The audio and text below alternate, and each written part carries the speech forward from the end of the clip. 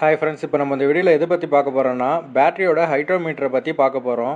இந்த ஹைட்ரோமீட்டர் எதுக்கு யூஸ் பண்ணுறோன்னு பார்த்துட்டிங்கன்னா, பேட்டரியில் ஸ்பெசிஃபிக் கிராவிட்டியை செக் பண்ணி பேட்டரி என்ன கண்டிஷனில் இருக்குன்ட்டு நம்ம செக் பண்ணுறதுக்காக யூஸ் பண்ணுறோம்.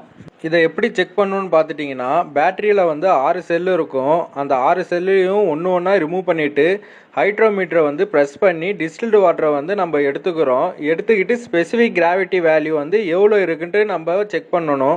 டிஸ்டில்டு வாட்டரை ப்ரெஸ் பண்ணி எடுக்கும்போது ஹைட்ரோமீட்டரில் வந்து ஃப்ளோட்டு இருக்கும். அந்த ஃப்ளோட்டு வந்து எந்த லெவலில் நிற்கிதுன்ட்டு நம்ம பார்க்கணும். ரெட்டில் நிற்கிதா, ஒயிட்டில் நிற்கிதா, க்ரீனில் நிற்கிதான்ட்டு நம்ம பார்க்கணும்.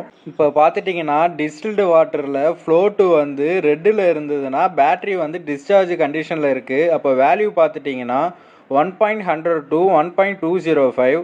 அப்புறம் ஃப்ளோட் வந்து ஒயிட்டில் இருந்ததுன்னா பேட்டரி வந்து லோ சார்ஜில் இருக்குது.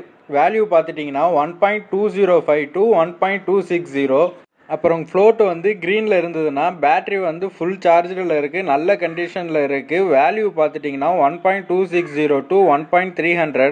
ஓகே ஃப்ரெண்ட்ஸ், இந்த வீடியோவில் ஏதாச்சும் டவுட் இருந்ததுன்னா கமெண்ட் செக்ஷனில் கமெண்ட் பண்ணுங்கள். தேங்க்யூ.